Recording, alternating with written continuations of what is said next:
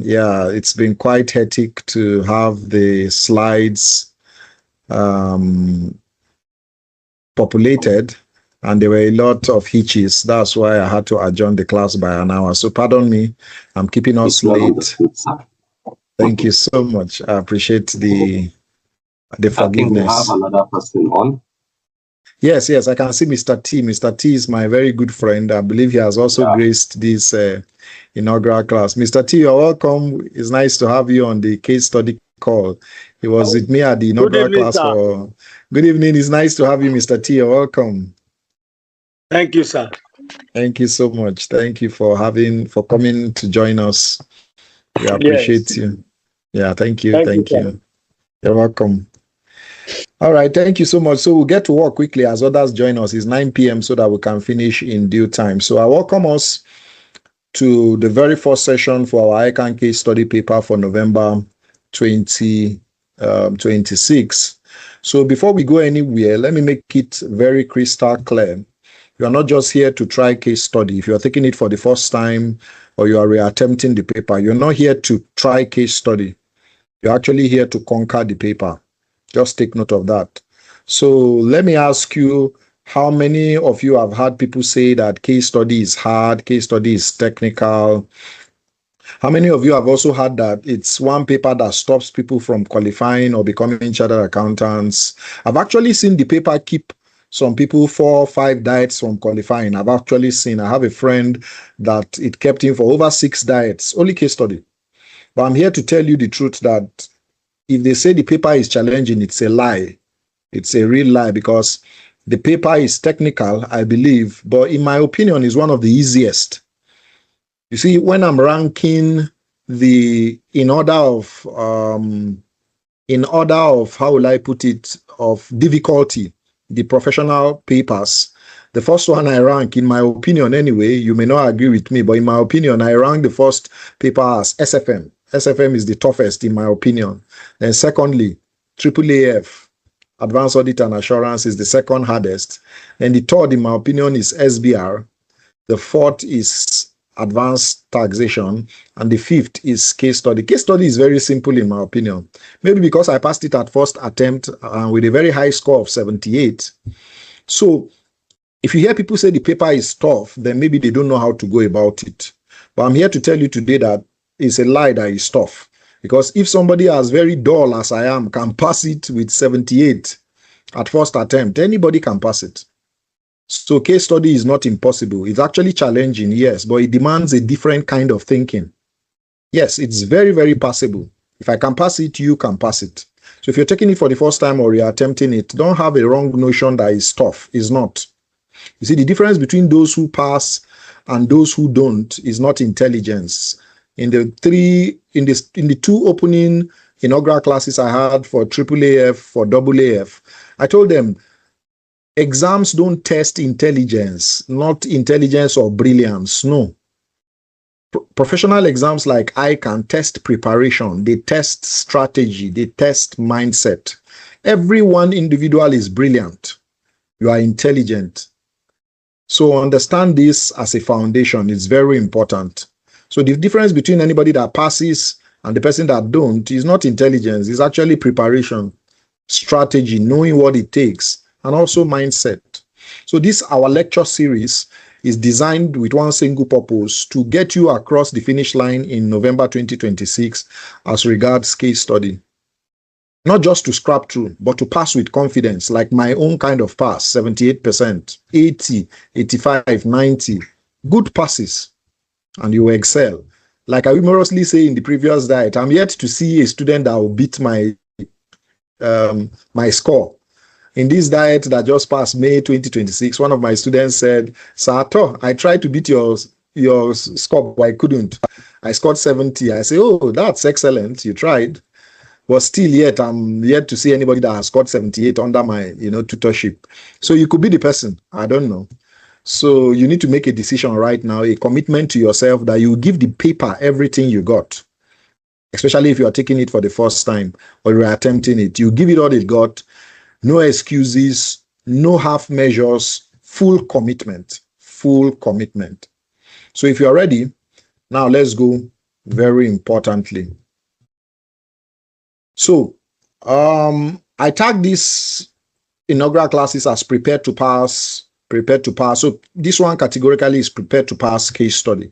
Prepared to pass case study. So here is our roadmap for the journey. We're targeting this November 2026 diet.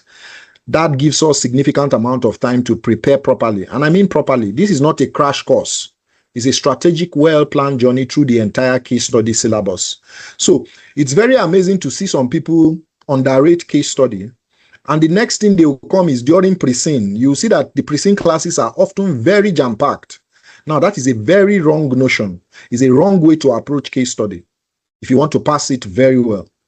You see a lot of people ignore it. They'll tell you case study is easy, it's not a paper. Just wait 2 weeks to the exam, you start reading. It's a wrong strategy. That is a crash course. So don't do that. If you really have plans to pass it and pass it at first attempt, or you're attempting it to pass it immediately, don't do crash course. Wait 2 weeks, you come and do some ratios, wait for the pre-scene, and you write. You see, it's risky. You are risking it.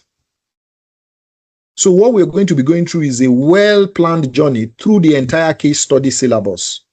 The case study syllabus has 13 chapters in the study text. The examiner knows why he gave you a study text with 13 chapters to read. But many candidates don't do that. They just wait, and the next thing you see in pre-scene is that the classes are full. Of course, if you are reattempting it, it's fine. You don't need to go through the study text again or through the classes. I understand for reattempters. But for first-timers, it's wrong. You don't have the foundation, the study text basics, principles, and you just want to go and write the exam. It's very risky. So this, our diet plan, especially for first-timers, we're to cover 13 chapters of the ICAN study text. So you need to have the study text. And across the 13 chapters, we have 94 units across those chapters. So we'll be covering those 94 units in the 13 chapters. Then we'll have intensive paper practice, paper question practice, covering over 14 diets from 2020 March, July past paper to the current May 2026. Then there is a pilot paper that was released last year, 2025. We're going to look at that pilot paper, and that makes it the 14th paper. So it's supposed to be 13 from March, July 2020 to May 2026. It's 13 diets. But with that pilot paper, because it has not been solved by the examiner, that will make it 14. We'll have 3 live debrief sessions. We'll select 3 papers that will have live debrief sessions. Then we'll also have the pre-scene analysis for November 2026. It's a live debrief session or a live session for the pre-scene analysis. And you see that that time the class is full. Case study is one of the lowest class attendance rate I have. Why? Because a lot of people underrate the classes. So this plan is designed to ensure you have enough time to understand, to practice, and master every area of the syllabus. So we're not leaving anything to chance. We're not leaving anything to chance. So the point is, this plan only works if you follow it. The lectures are one part, or your personal study is the other. If you commit to both the lectures and your personal studies, you will succeed. But if you slack on either of them, you will struggle. So I leave you, ladies and gentlemen, my professional colleagues, the choice is yours. The choice is yours. All right. So our lecture days will be Wednesdays and Saturdays by 8 to 10 p.m. online. Currently, or preceding, before this diet, we had it Tuesdays and Fridays. But with the introduction of skills AAF, we had to move it to Wednesdays and Saturdays. So our live lecture days will be Wednesdays and Saturdays, 8 p.m. to 10 p.m. online. So mark that in your calendar now, 8 p.m. to 10 p.m. So why Saturdays and Sundays? Like I've said, we introduced the AAF paper. So we moved it from Tuesday to Wednesday. And it gives you time between lectures to review, to practice, to prepare for each session. When you attend on Wednesday, you have Thursday, you have Friday to work on what we have covered. Then you attend on Saturday, you have Sunday, Monday, Tuesday for deeper study and practice or for other papers. That's why we scheduled it that way. So attendance is critical. I know life happens, work, family, other commitments. I need you to prioritize these lectures. Some you'll be provided with videos in the last lecture. So we're not going to have too much lectures. So if you miss a session, go back to the video so that you don't fall behind and catch up in the case study. Catching up in the case study is extremely difficult. So make sure you follow up the videos if you don't meet up with classes, and ensure that you grasp the concepts in each chapter. It's difficult to catch up with case study. Extremely difficult if you leave it. So trust me on this. I've gone through the journey. So always be on time, be present, be engaged. Put your phone aside, get your materials ready, the study text, the pathfinders, and be mentally prepared to learn. Every 2 hours each week are your investment in your future. So please treat them as such. They are investment in your future. Please treat them as such. All right, so by way of materials, we have 2 essential materials you need for this journey. Number 1 is your study text. Of course, there are other textbooks out there, fantastic textbooks, but you see, for ICAN, the primary material, there are other secondary. I also have summary notes and all that. But you see, I discourage people that don't use the study text. Somebody asked me, can I use your summary material? They are so comprehensive and pass a paper. I said, no. The primary document, the primary study text to use is the ICAN study text. It contains all the content you need. I refer to it extensively in our lectures. Every of my summary notes, every of my lecture slides are from that study text. I don't copy it verbatim. I summarize it, make it much more simpler for you. That's why my summary notes looks very comprehensive and very understandable. It's because it's from the study text. So you cannot substitute the study text for any other document or any other textbook. Fantastic textbooks are out there, I agree. But please use the study text as your primary material. So it's very essential to hit that categorically. Ensure you have the 2025 version. It's 13 chapters. There are previous versions, one with 11 chapters, another one with 5 chapters. Not those ones. The recent one is on the ICAN website. It covers all the recent developments and the updates to the syllabus. Please download it. If you don't have it, I'm going to be sharing it on your emails, especially for those who have registered for the paid course. You get all these documents in your email or in where we've agreed to disseminate these documents to you. Number 2 is the ICAN Pathfinder. The second critical documents to use is the ICAN Pathfinder, the past papers and answers. This is your question bank. We use Pathfinders from March, July 2020 to May 2026, and also the pilot paper of 2025. That's about 14 diets of past questions and answers. This is where you will practice extensively. Don't just download these materials, especially the study text and the Pathfinders, and leave them in your drive or print them and keep them on your shelf. Please use them. Make notes in the study text as you are writing if you print the hard copy. Write answers in the Pathfinders as you practice the report. These materials are only useful if you interact with them. These are tools for your success, so please use them. And if you don't have these materials yet, like I said, I will cascade to those who have paid for the course, and you can also go to the ICAN website. It's free. Download it.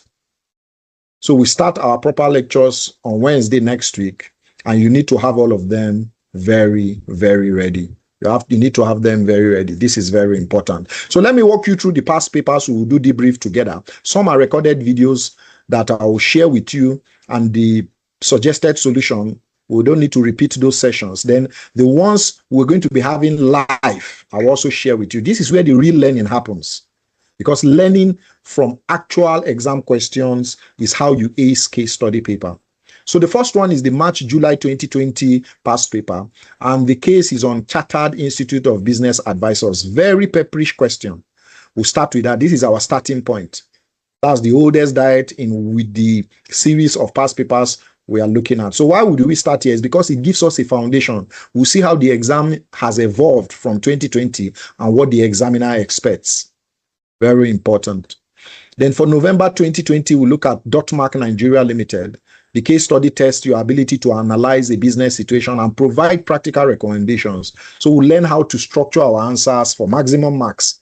This is also a recorded video, is on YouTube, but you can access it on YouTube. So for those that have paid, you get the videos and the report to practice with. May 2021, a case on Auga Specialist Hospital Limited, a healthcare sector case study, teaches us how to apply case study principles across different industries. You see, not all businesses are the same, and the examiner expects you to understand industry-specific issues in this scenario. Very pepperish question, but if you go through it, you practice with the report I provided, you'll be able to ace any technical and pepperish paper in future. So continuing with our journey, the next debrief paper we'll be looking at is ZA Nigeria Limited, November 2021. Is an aviation sector case study. This one tests your ability to handle complex business situations. In this paper, you will learn how to balance competing interests and make strategic recommendations to the board of directors. Very importantly. Next, May 2022 is Best Price Fashions Limited. It's a retail sector case study, an FMCG into retail. The case teaches us how to analyze financial statements and operational issues in a retail business context. So this retail sector has unique challenges and the examiner expects you to understand them. So we'll look at that. That's not a live session. We're going to provide you with the video and the report, the full report. Because if you look at the Pathfinder, there's no report. But I'll provide you with the report, the format on how to go about it. So next is November 2022, Kudi Microfinance Bank Limited. And this is going to be a live session. We've never had this in a previous debrief. This is our first live session. Why live? It's because I want you to walk through the answer and the report in real time. Show you exactly how to structure your response, how to carve out your report, how to allocate time, and how to score maximum marks. So you can't afford to miss this session. That will be the first live session for a paper. It's not on YouTube. This paper has not been treated by me. I've not seen any examiner treat it. So I'm going to treat it and give you the document and we'll walk through it in a live class. We'll walk through it in a live class. So take note of it. That is why you can see it on the green is a live debrief session. The next paper you'll be practicing and we'll be looking at is May 2023, Dudley Cement Nigeria Limited. It's a manufacturing sector case study. You see, cement manufacturing is a complex business with specific issues. It's capital intensive, high operating cost, is sensitive to economic cycles. You see, this case study tests your ability to analyze and make recommendations in a complex manufacturing environment. So it's also recorded and the report is also on ground. We're going to provide it to you when the time comes to analyze and practice with. November 2023 is the next paper we'll be looking at, Adalat Products Nigeria Limited. Is a consumer goods company, an FMCG. You see, the case study teaches us how to analyze a business that deals with branding, distribution, and consumer behavior. So the principles you learn here will apply to many other industries. Adalat it was a complex case study. I could remember the paper, very complex, but it's navigatable. You use it to practice and help you to fine-tune and harness your report writing skills. Very important. Next is May 2024, Spicy Confectionaries Limited. Is a food production company. And this is a fascinating case because it covers issues like supply chain management, product quality, and market competition. So we'll learn how to analyze all aspects of the business with this case study. Very, very important. So we'll continue also in the debrief paper. We'll be looking at also November 2024, one of the most recent, which is Travex Hotels Limited. Is a hospitality sector case study. You see, the hotel industry has unique characteristics, high fixed cost, seasonal demand, and intense competition. So the case teaches us how to analyze and make recommendations in a service-based industry. We'll look at that. It's a recorded and report provided video and the document will give you to work on. Another most recent one is May 2025, Defcon Manufacturing Limited. Another manufacturing case study, but with a twist. You see, this one focuses more on operational efficiency and cost management. So we'll learn how to identify areas of improvement and make practical recommendations. Very, very importantly. Then we'll also look at the pilot paper 2025 that preceded the change of syllabus in 2025. The examiner gave his case on Tomat Agricultural Products Nigeria Limited, and he didn't provide solution or even a schedule like he normally does in the Pathfinder. He will give you a clue on how to answer. He won't give you the full report, but he will give you the points on what to write. There was none on this pilot paper. So this will be our second live debrief session. We're going to have this pilot live. We've never treated it before in previous diet. So we'll treat this paper live. And this pilot paper is especially important because it's the tone of the new syllabus. So we'll analyze it thoroughly. And I suggest those that have paid for the classes that please attend all these live debrief sessions. It's actually a must attend if you have paid for the case study paper for November 2025, very importantly. Okay, so we're almost through with the list. We have two more. The next we'll be looking at is November 2025, Folak Motors Nigeria Limited, an automotive service case study. You see, the case study tested our understanding or the understanding of the candidates then of the retail and service industry.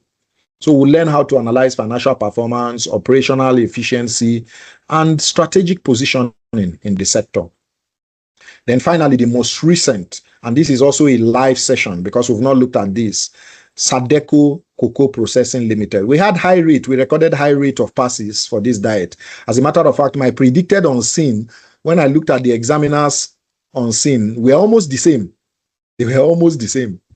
So I'll also be having live pre-seen classes and I'll predict the unseen for you to practice with before exam day. So it's very important. This Sadeco is our third live debrief session, and this is the most recent diet before your exam. So it's extremely relevant. We'll see what the examiner is focusing on now and what we should expect in November 2026. So you cannot afford, if you've paid for this case study class, to miss this session. You cannot afford to miss it. So we'll build up gradually together, starting with older diets and move to the most recent. We'll identify patterns, we'll focus on high frequency topics. By the end, you know exactly what the examiner expects and you know how to treat and tackle the case study very practically. So the ICAN case study text, like I said earlier, I want to give you a high-level overview of what we are dealing with. You see, the ICAN case study text has 13 chapters and 94 units. It's actually a substantial syllabus. It covers everything from financial statement analysis to ethics, sustainability, technological tools, and soft skills, very importantly. So the first chapter is on an introduction to case study. Second chapter is on analysis and interpretation of sustainability report. The first chapter is on the introduction to ICAN case study. The second is financial statement analysis. I beg your pardon. Then the third is analysis and interpretation of sustainability report. Then the fourth is on financial data analysis. The fifth is on business organization and capital reconstruction. The sixth chapter is on business analysis. The seventh is on strategic and performance management tools. Then the eighth chapter is on sustainability, sustainable business, responsible finance and sustainability reporting. Then the 9th chapter is on ethics and the professional accountant. Then the 10th chapter is on writing a professional report. Then the 11th chapter is on the assessment procedure. The 12th chapter is on the technological tools for business. And the last chapter is on soft skills for accountant. So for the live sessions, we're going to be having chapter 9 because we have chapter 1 to 8 already provided in the last diet. So we'll not need to go back through those diets again. So we'll provide that for you, provide the videos, provide the lecture notes. So you go through that, and our live session starts from chapter 9 because we didn't cover chapter 9 to 13 in the last diet. So our live lectures, Wednesday, Saturday, we'll start with chapter 9 all through to chapter 13. Then we'll look at those live 3 debrief papers. But I'll give you the opportunity mapped out in our timetable where you practice all those past papers that we've not practiced or that has been recorded, that we don't have it live. You practice it by yourself. If possible, submit a report to me. Submit the report, let me mark it and give you my feedback. Especially for those that have paid. We'll do that very categorically. So we'll cover every chapter and every unit systematically. Each unit builds on the previous one, so don't skip any. If you're asked to read a unit, a chapter, please read it. You need the full picture to pass. It's very important. Actually, 94 units in 13 chapters is a lot, but we have time. We have the plan. And with your commitment, we'll get through all it. We'll get through it all. I mean, we'll get through everything with your commitment and with your dedication. This is very, very important. All right, so let's go. Let's start with chapter 1. What are we going to be looking at in chapter 1? Chapter 1 is the introduction to case study, and this is where we understand what case study is all about. And in this chapter, we have about 3 units. Unit 1 is on the ICAN case study. What is the paper? What is the case study paper? Especially for first-time attempters. Why does case study exist? And that's what Unit 1 will be looking at. Unit 2 is on the case study examination. What does the examination look like? How is the exam structured? Unit 3 is on preparing for the case study examinations. How should you prepare? What strategies work for case study? And this matters because you cannot succeed if you don't understand what you are dealing with. You can't succeed if you don't understand what you are dealing with. This chapter gives you the lay of the land. It gives you that foundation. It tells you what to expect, how to prepare, and how to excel. So by the end of the chapter, you understand the nature of the case study paper, if you are attempting it for the first time, and have a clear strategy for approaching it. This is very important and key to take note of. So you need to read the chapter, come up with questions when we have live classes, and let's do it. Let's start the journey together. It's very important. So we'll cover chapter 1, what it looks like, what the exam looks like, and how to prepare for it. So the key takeaways for chapter 1 is that everything about case study is a practical application paper. It tests your ability to analyze, to evaluate, and to make recommendations. It requires integration of knowledge from multiple disciplines. So it's not a theoretical recall paper. That's what chapter 1 tells us. It's not a theoretical recall paper. This is very important to take note of. All right, so let's look at chapter 2, what we'll be covering. Chapter 2 is on financial statement analysis, and this is where the real work begins. This is where the real work begins. So chapter 2 covers financial statement analysis, and is one of the most important chapters in the entire syllabus. And we're going to be looking at 10 units. The first one is Introduction to Financial Statement Analysis. What is it? What is financial statement analysis? Number 2 is the spectrum of financial analysis. That's the different types of financial analysis. We're looking at number 3, unit 3, Introduction in Case Study. Introducing that financial statement analysis in the case study, how it applies to the case study. And unit 4 is on definition of financial statement analysis. That's the formal definition. And unit 5 is on the types of financial statement analysis, talking about horizontal, vertical, the ratios, etc. Then unit 6 is on the techniques for financial statement analysis. That's the tools you use for financial statement analysis. Then unit 7 is on ratio analysis, the most important technique, ratio analysis. And unit 8 is on financial statement analysis in the case study exams. That's the practical application. And unit 9 is using financial statement analysis in the case study examinations, how you apply it in the exams. And finally, unit 10 is the examination focus, what the examiner expects when you're doing financial statement analysis. So this matters because financial statement analysis is the foundation of case study. You cannot pass without this foundation. The examiner expects you to analyze financial statements, analyze trends, calculate ratios, and use your analysis to support your recommendations. So by the end of this chapter, you should be able to, you become a confident analyst. You will know how to calculate and interpret ratios, how to identify trends, and how to use your analysis to make business recommendations. That's very important to take note of. So the key takeaways from chapter 2 is that financial statement analysis is actually essential for the case study. You must be able to calculate ratios accurately. You must be able to interpret what the ratios mean, more importantly, and you must use your analysis to support your conclusions and your recommendations. This is very, very important. All right, a new injection in the current syllabus is the issue of sustainability. The examiner is very keen and very, very meticulous about sustainability. So chapter 3 will cover the analysis and interpretation of sustainability reports. And this is an important or an increasingly important area. And we're going to have 7 units in this chapter.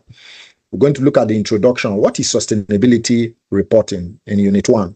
Number 2 is the core principles of analysis and interpretation. That's the guiding principles of sustainability.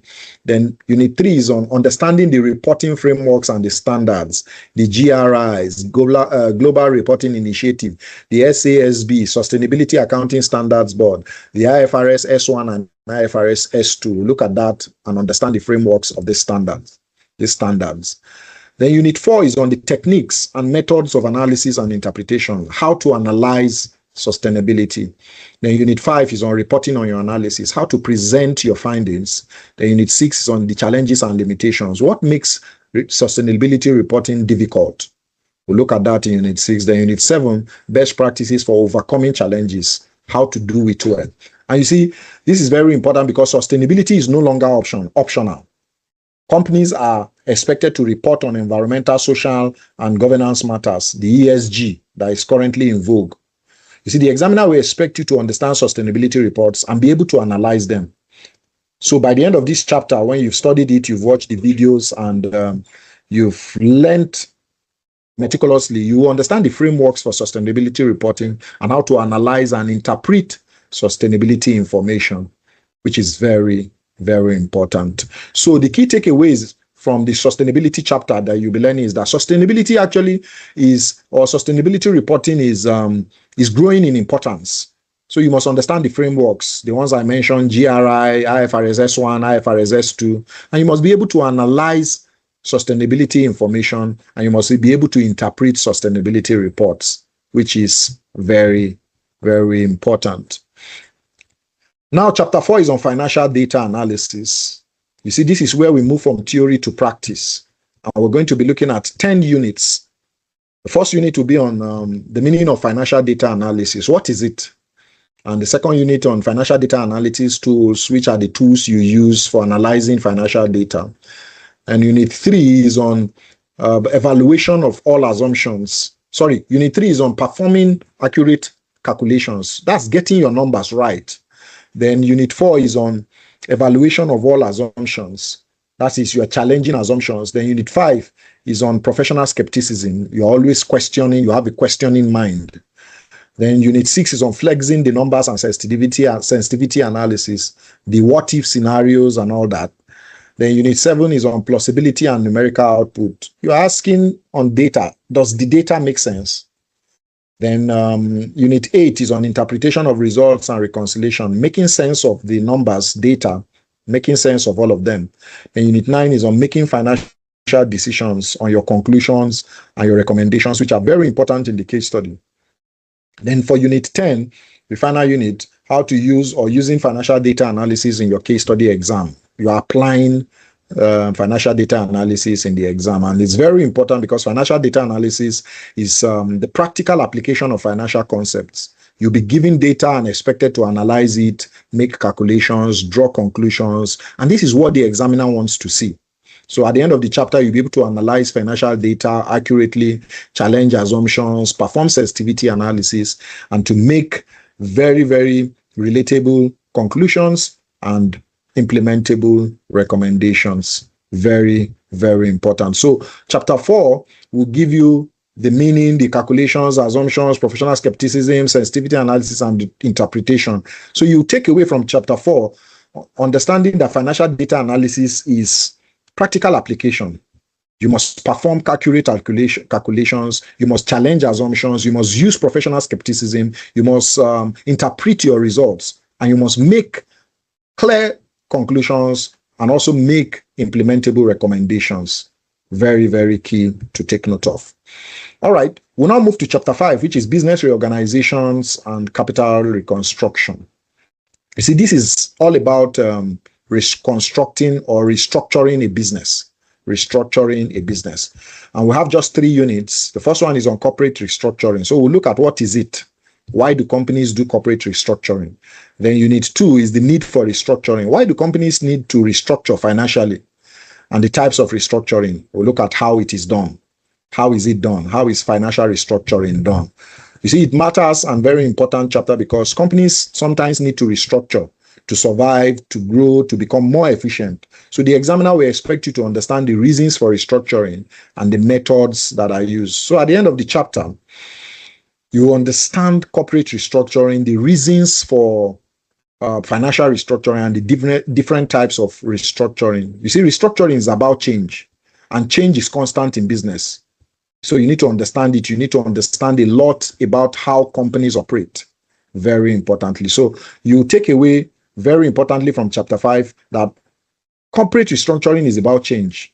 Financial restructuring addresses financial difficulties, and then different types of restructuring serve different purposes, very importantly for you to take note of.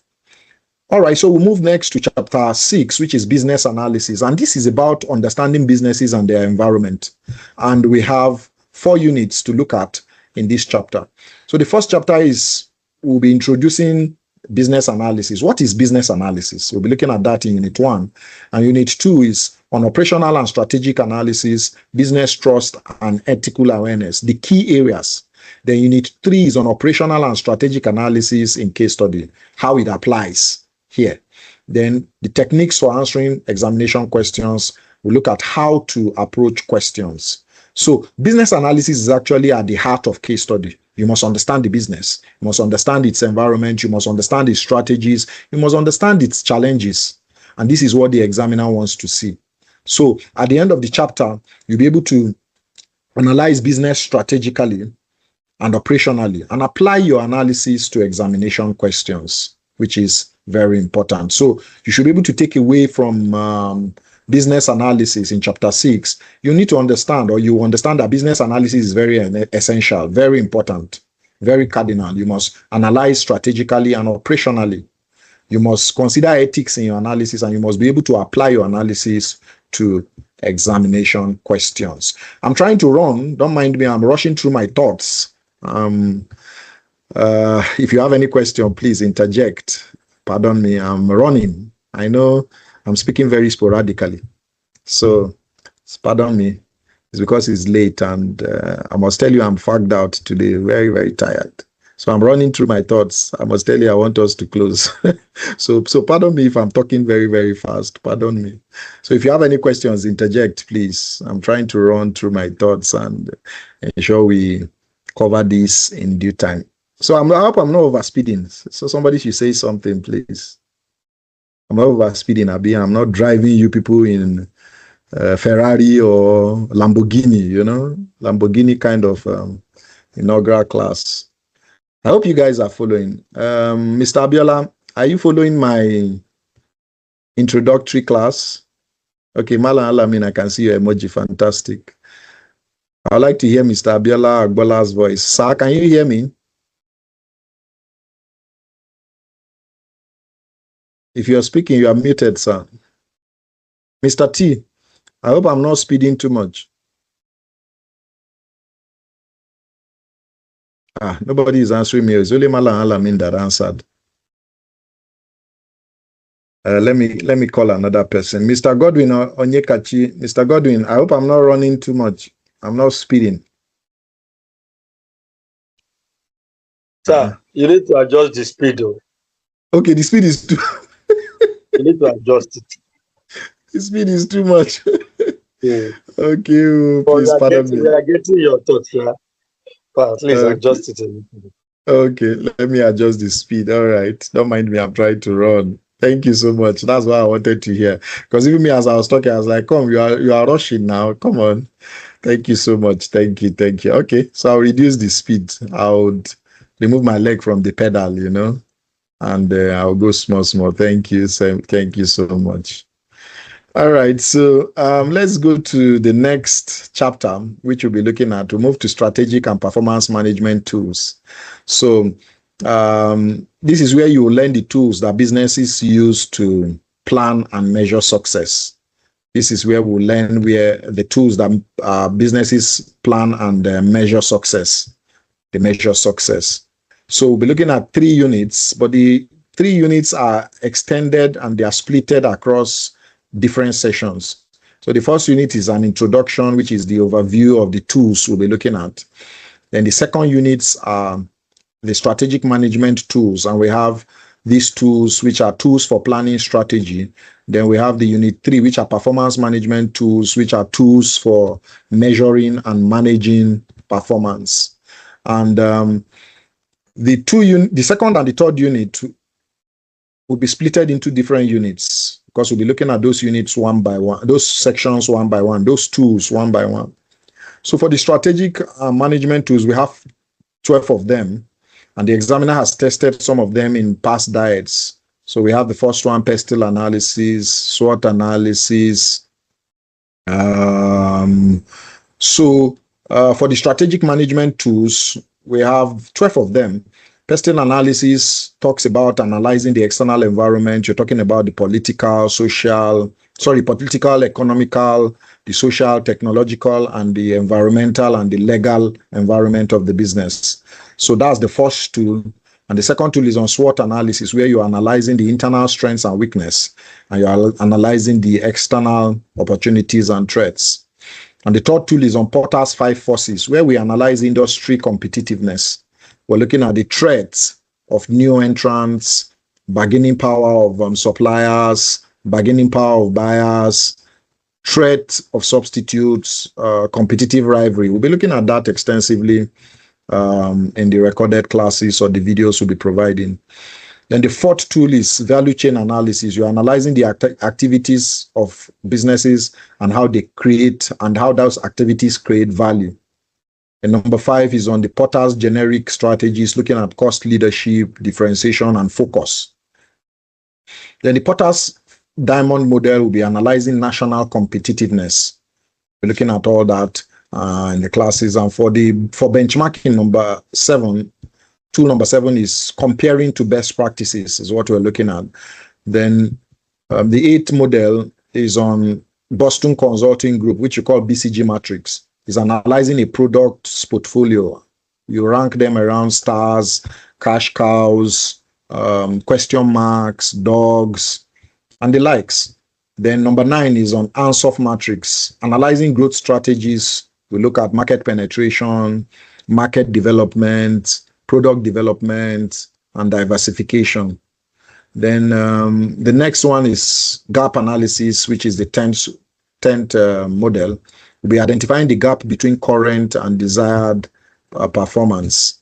Then the 11th model is on business capacity analysis, where we are assessing capacity to deliver. And the final model or strategic management tool is resource audit, where you are accessing resources and capabilities. Very, very important. And the next one is the performance management tools. You see, these tools help businesses to measure and manage their performance. And the first one is on the critical success factors. What must go right for a business to succeed? We'll be looking at that. Then number 2 is the key performance indicators. How do you measure success? And also the third is balance scorecard, where you measure performance from 4 perspectives: the financial perspective, the customer perspective, the internal processes, and the learning and growth perspective.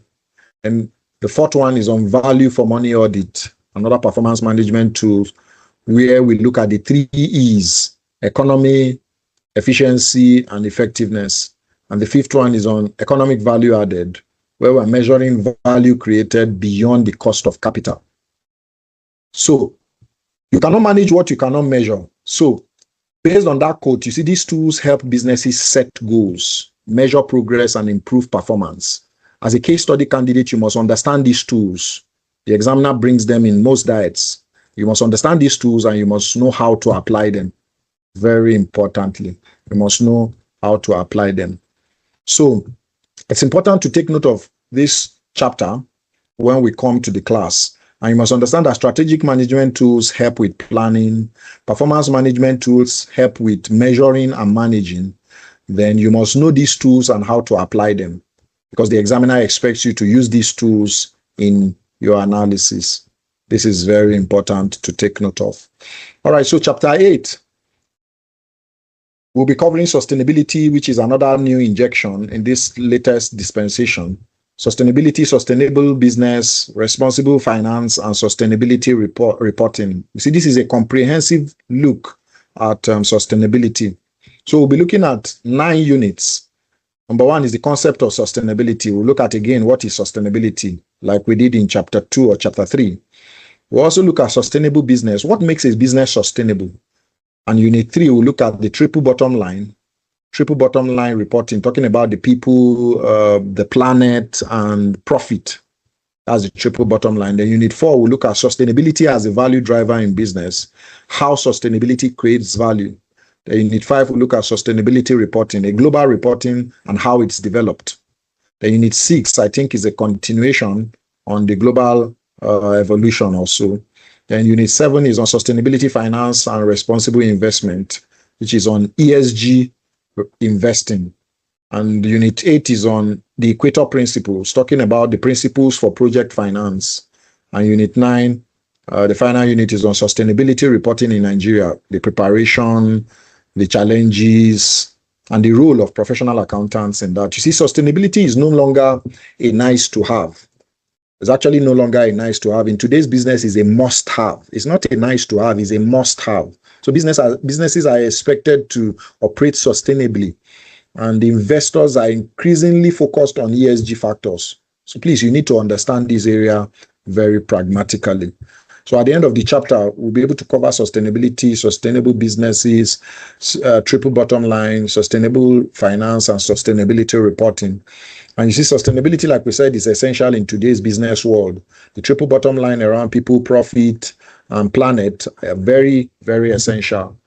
And sustainability, finance, and responsible investments are actually growing rapidly today. And professional accountants actually have a role in sustainability, which is very important. So the first 8 chapters are recorded already. We have the notes, which we'll be sharing and giving access to all candidates to provide. Now, we don't have chapter 9 in this current dispensation, and this is where our live lectures will start. So on Wednesday, we're starting with chapter 9. But for week 1, the first week, you need to look at and read chapter 1 and 2. So we'll provide you with access for those that have paid for the course. We'll provide you with access to the videos for chapter 1 and 2 for week 1. But we're going to have lectures on Wednesday, and we're starting from chapter 9. Take note of it, and that is ethics and the professional accountant. Ethics and the professional accountant. That's where we're starting our live lecture classes. So take note of it. The classes is for you to attend. But for this week, the week 1, you're going to read chapter 1 and 2. I'll provide us with the timetable very shortly. So this is actually ethics and the professional accountant is the fundamental to the accounting profession. So we're going to be looking at 7 units. And the first unit is on introduction to ethics. What is ethics is what we look at in the first unit. Secondly is a professional approach to ethics, talking about how professionals approach ethics. Then unit 3 is on ethics in professional life, how you apply ethics in practice. And unit 4 is on determining whether an action is ethical, how to decide whether an action is ethical. And unit 5 is on a structured approach, a framework for ethical decision making. And unit 6 is on ethics, shades of gray in opinions. Ethics is not always black and white. We'll be looking at that in unit 6. Then unit 7 is ethics in the case study exams. How do you deal with ethical issues? How it appears in the exams. You see, ethics is the backbone of our profession. Without ethics, the profession, accountancy profession, has no credibility. The examiner will expect you to actually identify and address ethical issues in the case study scenario. You see, if you don't address ethical issues in the case study exam, you cannot pass case study. It's one of the boxes out of the 8 boxes. If you don't address ethical issues, you cannot pass case study. It's not possible. So this chapter will expose you to that. And by the end of the chapter, you understand the ethical principles that guide professional accountants and how to apply them in practice very pragmatically. And that's very important. So at the end of the chapter, you take away some points around ethics is actually fundamental to the profession. We understand that. You must also understand that the fundamental principles like integrity, objectivity, professional competence, and due care, confidentiality, and professional behavior are musts for you to understand as ethical behaviors of accountants. Then you must be able to identify ethical issues in the case. You must be able to resolve ethical dilemmas, and also Know how ethics appears in the exam and how to identify ethical issues. Very, very importantly. And the crux of the matter is the report. And that's what leads us to chapter 10. Chapter 10 covers writing a professional report, and this is the output of all your hard work. The 4-hour exams is all about report. So we're going to look at how to write a professional report. And we're going to be looking at 8 units.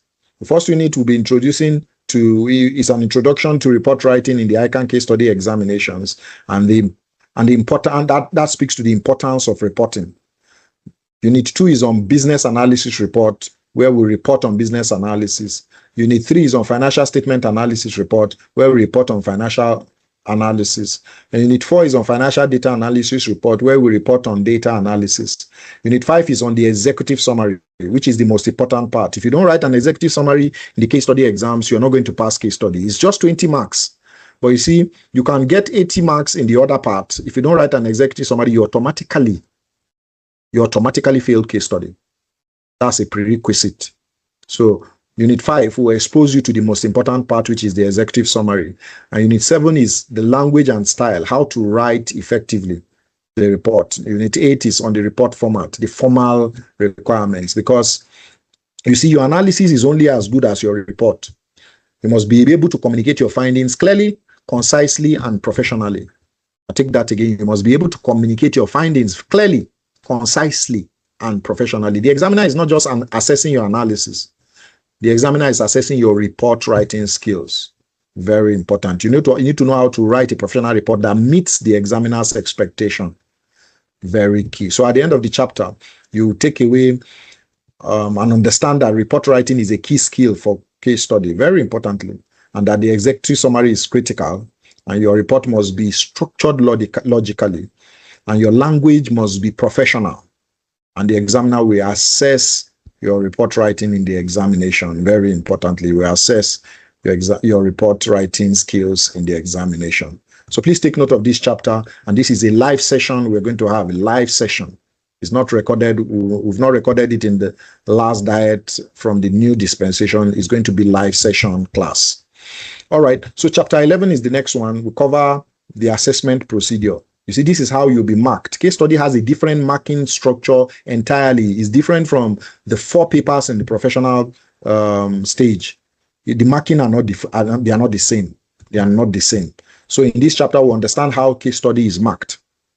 We look at 10 units. The unit 1 will be on competency-based assessment and marks allocation. You see, we'll look at how marks are allocated.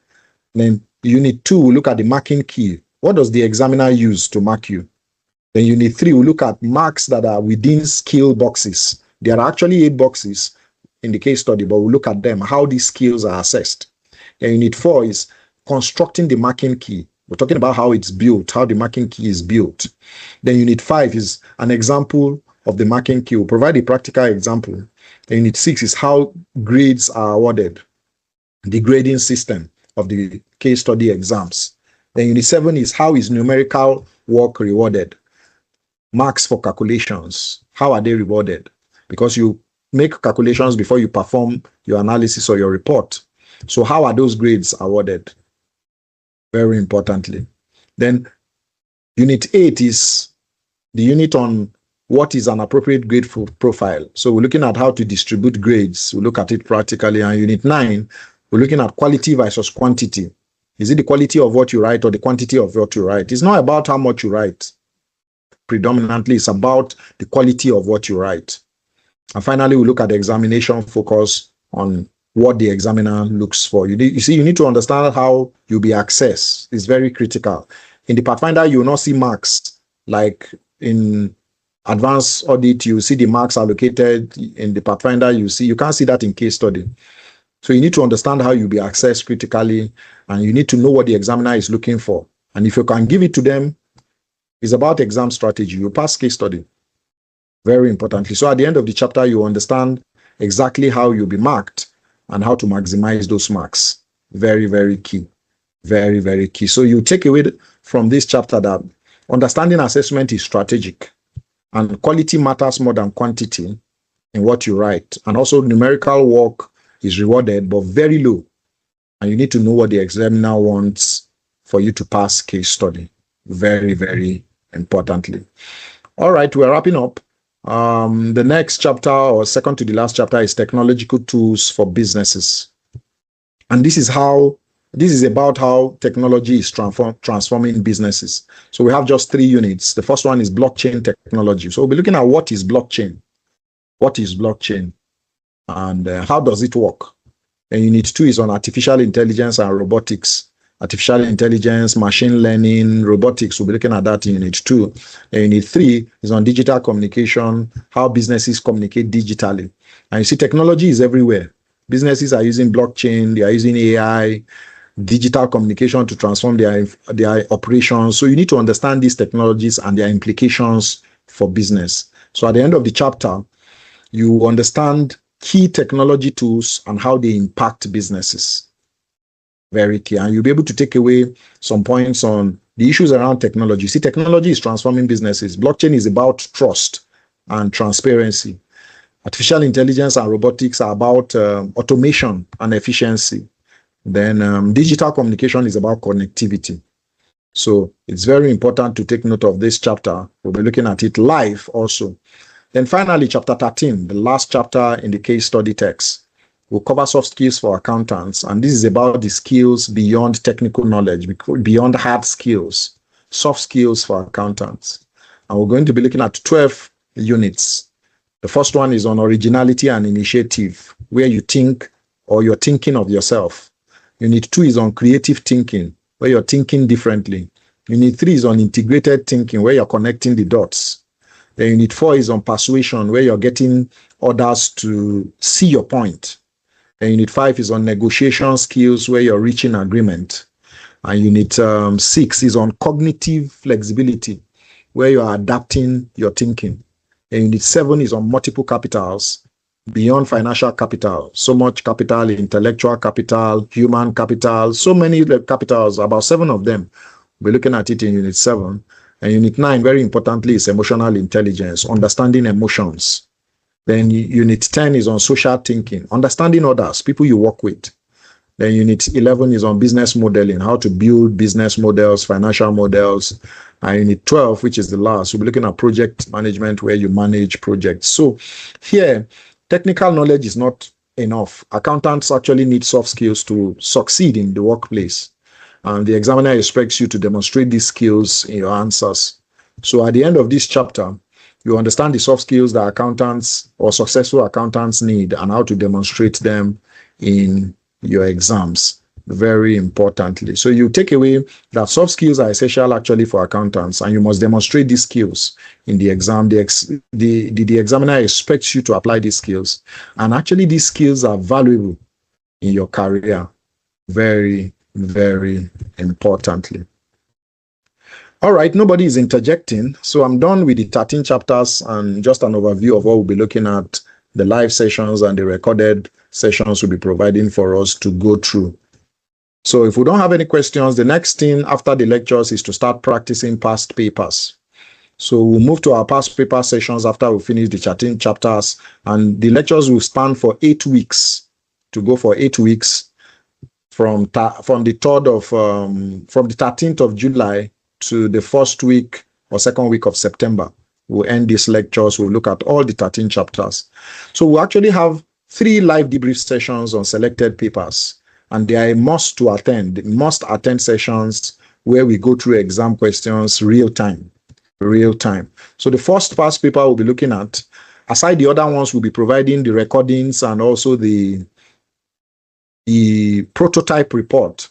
These ones are live, and I've mentioned them earlier, but just to re-emphasize, the first one is on November 2020, Kudi Microfinance Bank Limited. You see, it's a banking sector case study, and the focus is on financial analysis and strategic recommendations. So we'll look at this past paper in live session. Secondly is the pilot paper for 2025. We'll be looking at Tomac Agricultural Products Nigeria Limited.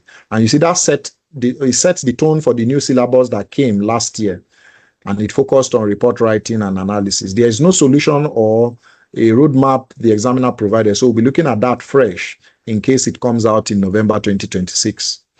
So finally, the third debrief live session we'll be looking at is on the current May 2026 Pathfinder, and that is on the past paper we look that just the results just came out on Sadeco Cocoa Processing Limited. That's the most recent diet. So we'll focus on the current examiner's expectation. So this is because I want you to walk through the answers in real time, show you exactly how to structure a response, how to allocate time, and how to score maximum marks. So don't miss these sessions, especially for those that have paid or you'll be paying for the course. This is actually critical to your success. This is actually very critical to your success. Very, very importantly. All right, so after that, we'll have the pre-scene analysis, which is for November 2026, the pre-scene analysis for November. You see, before the exam, there's always a pre-scene analysis for the November or every case study diet. It comes 2 weeks before the exams. So when ICAN provides a pre-scene case study before the exam day, we'll look at the case study, analyze it before the exam, and I can provide or have been providing on-scene content that you may expect. And the reason is for you to practice, not to cram it. Like this last diet, what I even predicted almost verbatim came out in the main exam. If you check the Pathfinder and check my pre-scene analysis on YouTube, you'll see that they are almost similar. So I'll provide an on-scene. I'll just look at the trajectory of what you've been setting. Maybe intuition, I'll just provide something you can practice with, write a full report, so that on exam day, you know how to go about it. So I'll provide you with an on-scene information on the pre-scene day. And I won't be surprised. A lot of people will not attend lecture. We have just 9 people on the call. You see, we will be less than 9, 10. But on pre-scene analysis day, you see almost 50 people on the call. And that's because they approach case study wrongly. They believe it's very easy. So just come after 2 weeks, practice ratio, practice the pre-scene, and you'll pass. Okay, what if you don't pass? That's a risky way to handle case study. Very, very risky. Very risky. So the pre-scene is important. We'll analyze the pre-scene and we'll come with the live class. And it's going to be, this time around, it's going to be for those that paid only. We're not going to make it public. So if you've paid for the class, you're going to attend the pre-scene. If you're not, then I'm sorry.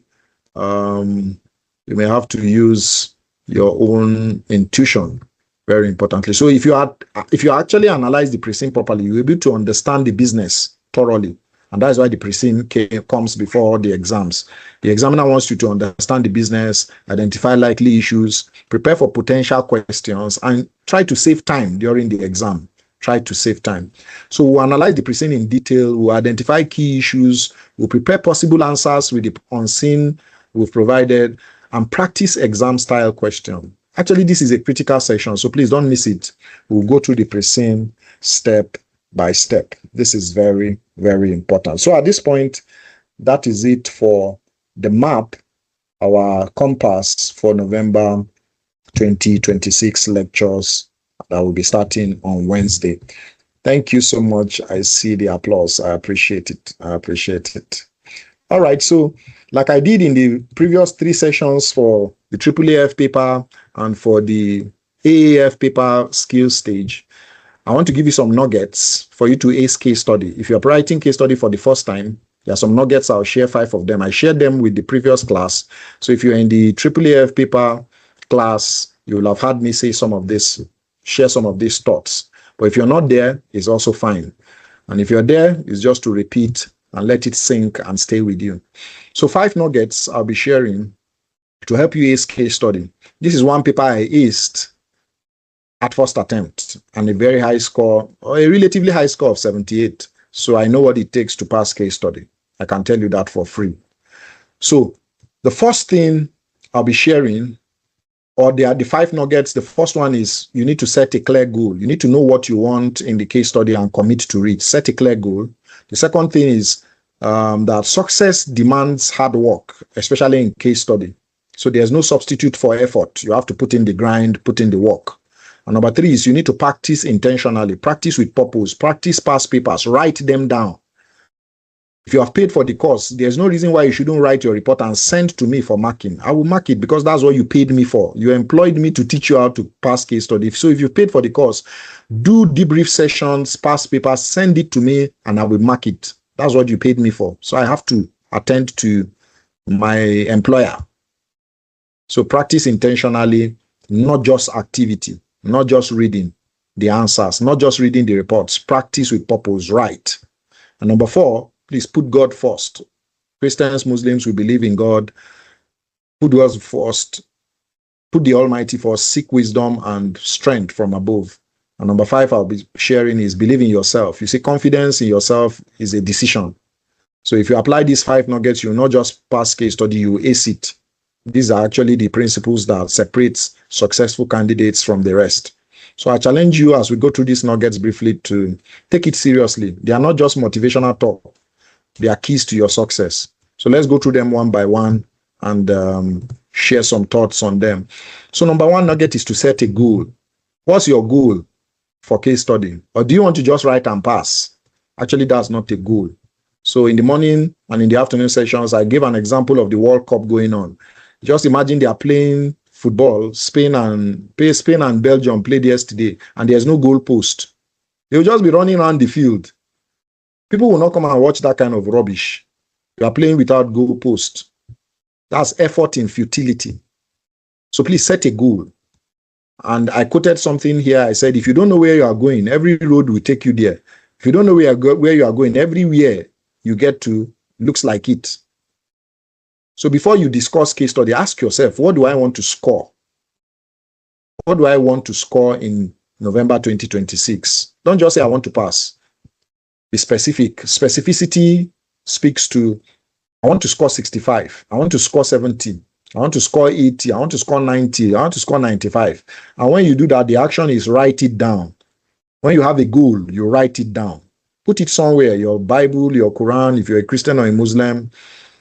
Write it in your diary. Let it motivate you when you are tired. Let it remind you why you are sacrificing. And when you write it down, you see goals transform wishes into commitments.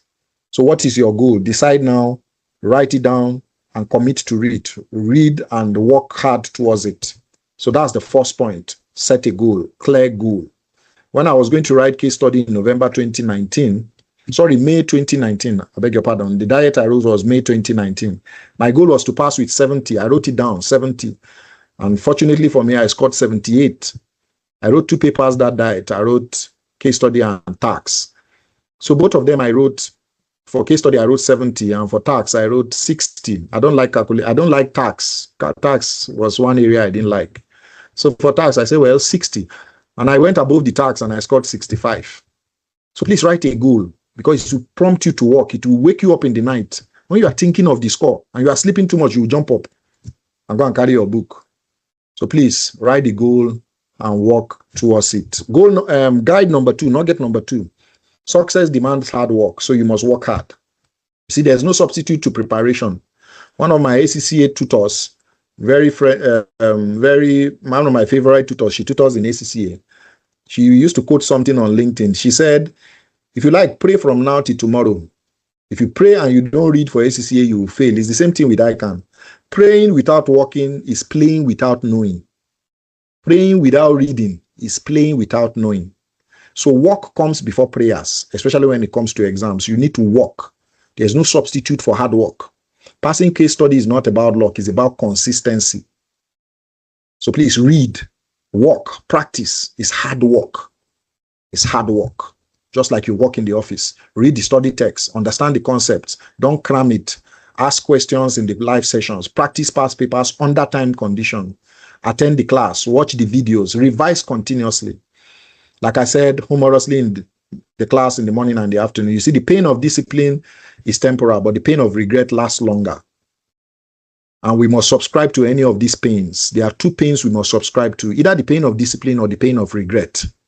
The pain of discipline is I will discipline myself, pass case study and qualify. But the pain of regret is you just play through it, you are not able to pass. I see a lot of people come meet me, elderly people, and be like, I wish I was chartered like you. Kai. This, that. I did it, I couldn't, so I left it. That's the pain of regret. So don't let that be you. Don't let laziness steal your ACA dream. Your future self will thank you for the sacrifices you made today. So put in the grind. When you feel like giving up, remember where you started. Remember the goal you set. Remember the future you are building. And keep pushing to read. Work hard. Work hard. Denzel Washington said, and I love that quote. I always quote it. He said, working really hard is what successful people do. Working really hard is what successful people do. So work hard, work. Because of the 3 sessions I have today, I've been awake since 4 a.m. I slept 12 a.m. and I've been awake since 4 a.m. You can see how my eyes are very heavy. So you have to work. Whether I'm tutoring is work. Anything you do in life and you want to be successful at, you have to work. So please work hard to achieve your dream on case study, very importantly. Number 3, you need to practice intentionally. You see, if you study the 13 chapters of case study and you don't practice one past question, you're going to fail case study. There is no 2 ways about it. Master the 13 chapters and don't practice any past question. You will fail case study flat, full flat. So not get number 3, please practice intentionally. Reading alone is not enough because case study is a practical examination. The candidates who pass consistently are those who practice consistently. So practice past questions, all the case scenarios, exam technique, time management. Practice under exam condition. 4 hours, simulate the 4 hours experience. Don't wait until October before you start practicing. Start practicing now. Like we have 14 diets. I'll be taking 3 diets in live sessions. The remaining 11, work on them. Send them to me for marking. You see, I quoted something here. I said, the more you sweat in practice, the less you will bleed in the exam hall. Very true. The more you sweat in practice, take your time for these 4 months, sweat it out. In the exam hall, you just be smiling. I'm telling you, because you've stressed yourself. So in the exam, you just go and deliver. Go and deliver. So practice doesn't make perfect. You see, perfect practice actually makes perfect. By simulating the exam experience, by doing the past questions by yourself, simulate 4 hours, do more than 5, 6, 7, 8, 9 past papers, send it to me. Especially if you have paid for the classes, you have paid me for that, to mark your scripts, to guide you. So make me accountable by sending those things to me. Please practice intentionally, or else you just be going through the motions. And motions don't determine progress. Please commit to intentional practice. This is very important. Now we come to an important aspect, guide number 4, nugget number 4, put God first. All Christians, the 2 major religions or 2 major faiths in Nigeria, Christianity and Islam, believe in the one sovereign almighty God. So put him first. I believe in God. I believe in the Almighty. Work as though everything depends on you. Read hard as if everything depends on you. Then pray hard as if everything depends on the Almighty. So pray for understanding, retentive memory, for strength, discipline, favor. Pray for it, because the fear of the Almighty is the beginning of wisdom. And when you finally succeed, you have scored the 80, you have scored the 90 in case study, vow to give him the glory. Vow to give him the glory. Don't share the glory with the Almighty. He doesn't like it. I believe the Christian faith and the Muslim faith always speak about boasting in your own ability. Is spoken against. Don't speak about your ability when you finally pass, whether any paper or any achievement. Always give the glory back to the Almighty for enabling you, for creating you to be able to do this. Give him that glory back. And if you do that, the Almighty will always help you. I can tell you that for free. Always return the glory back to God, very importantly. And let your achievement become a testimony of his faithfulness. So don't rely on your own strength. Some people can just, because of gra and all that, they'll be writing exams, and maybe on the exam day, after they've been reading very strong, exam will come like this, they will fall sick and they won't be able to write the exam. Why? You are relying on your strength. Ask for the divine strength that will help you. Seek wisdom from above. Seek strength from above. Pray about your studies. Pray about your exam. It will be funny to state that, I pray before every lectures I take. I pray that Almighty, whatever I'm saying, please let it resonate with people I'm teaching. I beg you. Let me don't be teaching in futility. Let me don't say something, it will enter through this ear and go out. So as a tutor, I'm praying before I even teach to help me. So how about you that is going to the war front? Please pray about it. Trust the Almighty to guide you. He will do that. And finally, the last guide is, or the last nugget is number 5. Believe in yourself. You see, many candidates fail before entering the exam hall. Whether because they've written the exam 2 times, 3 times, they have this low self-esteem, low self-confidence. And some maybe are taking it for the first time. They've had a lot of G's. Case study is hard though. That paper is technical, not Dabaru paper. Only God will save you. But you see, don't mind them. Don't be one of them. Don't listen to them. Have that confidence in yourself that you can pass. Believe in yourself. Many people have passed case studies. Somebody like me that is very, very dull. I used to say that not to downgrade myself, but I know what I can do to me. So if I can pass case study with 78 at first attempt, I mean, you can do it. You can do it. Somebody showed an emoji and say, this guy is dull. Yes, now. My ICAN took me, instead of 2 diets, I wrote my ICAN for 10 diets. I mean, I was already telling myself, Kai, this guy, he be Babanla Olodo, I'm telling you. 10 diets. So if I didn't have self-confidence in myself, I didn't stay resilient, dogged determination, I would have given up. It's very important for you to be self-confident. I built that self-confidence. I told myself, irrespective of it, I will pass this thing, I will qualify one day. And I did, irrespective of the time. So failure taught me a lot of lessons. So please be self-confident. Be self-confident. Failure is part of the journey. It's a teaching point.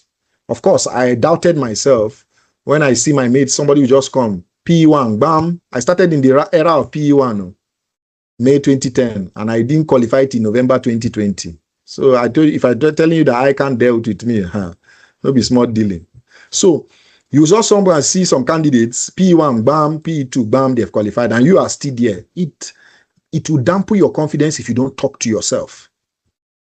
It will dampen your confidence. So talk to yourself. Tell yourself, I'm not in the same lane with them. I have my own race. So I'm going and I will not give up. And when you give up, that's the end of the matter. So today, they won't ask when 2 ACAs stand in the marketplace to say, you, how many diets do you qualify? You, how many diets do you qualify? Do you qualify in one sitting to say, we're all ACAs. When it's time for fellowship, we take the FCAs. So please don't give up and be confident in yourself. Case study is not too difficult. Case study is challenging, but tell yourself, I am preparing to overcome it. That's what I will keep telling myself when I was having challenges with some paper. So your confidence should come from what you do or what you know today. It should not come from what you know today, but from your willingness to learn every day. You want to learn how to ace it. So that should help you with your self-confidence. So I challenge you to believe in yourself because you are capable, you are prepared, you will succeed, you are intelligent, you are brilliant. Most of these exams don't test intelligence. Yes, they don't test intelligence, they don't test brilliance, they just test preparation and strategy. That's just what they test. So don't ever believe you are a dummy. Don't ever believe that. So it's very important for you to walk into November telling yourself, I've prepared, I've practiced, I've prayed. I will pass. Simple. This is not arrogance, it's confidence built on preparation. If you follow the plan, if you work hard, if you practice intentionally, you trust the Almighty, you have every reason to believe you will succeed. You have every reason to believe you'll succeed. So I challenge you to walk through these 4 months, get to the exam hall when it's time with boldness, not fear. Boldness, because you've done the work, because you deserve to pass, because I know you will pass. I definitely know you will pass. So the Almighty will honor your effort. He will honor our effort. Your preparation will not be in vain, I know. And November 2026, I believe, is your time. If you're taking it first time or you are reattempting it, is your time. So I challenge you, I challenge everyone on this call today to make the declaration. I will set my goal, write my score down. Thank you, I see your heart. Yes, I'm challenging you and I know you're taking it. Set your goal, work hard. I will practice consistently. I will trust God completely and I will believe in myself. And by God's grace, you'll pass case study in November 2026. So say it to yourself always. It's not just a statement, it's a promise. And a promise you make to yourself is a promise you make to God, a promise you make to your future. Write it down, say it every day, believe it with all your heart, and then do the work to make it happen. Very, very importantly. So we end where we started. The final message I'll put to you here is dream it, believe it, work for it, pray over it, achieve it. So, case study is not impossible. It's not true. It's not impossible. It's challenging, I know, yes, but it's possible. The journey from student to chartered accountant is actually not easy. but it is worth it. So I challenge you to dream big, believe in yourself. I challenge you to work hard and pray harder and to achieve what you set to achieve what you set out to achieve. So I want you to know I believe in you. I believe in you and I'm rooting for you. Your family also believes in you. And most importantly, the Almighty believes in you. You can do this. My parents are proud of me. A lot of people are proud of me. They are proud of the chartered accountant I've become. Yes, the chartered accountant I've become. Proud of me. And I'm waiting to be proud of you, to hear your story. Very importantly. So your ACA qualification is actually waiting for you. So go get it. November 2026 is your time. So God bless you, everyone. And let's get to work. Thank you very much. And I'll stop here. Do we have any questions? Thank you for your attention today. And I hope this session has been valuable and has set a tone. Thank you. I see your emojis. Thank you for the claps. I hope this inaugural class has set the tone for the journey ahead. Thank you. Thank you. Thank you. I appreciate it.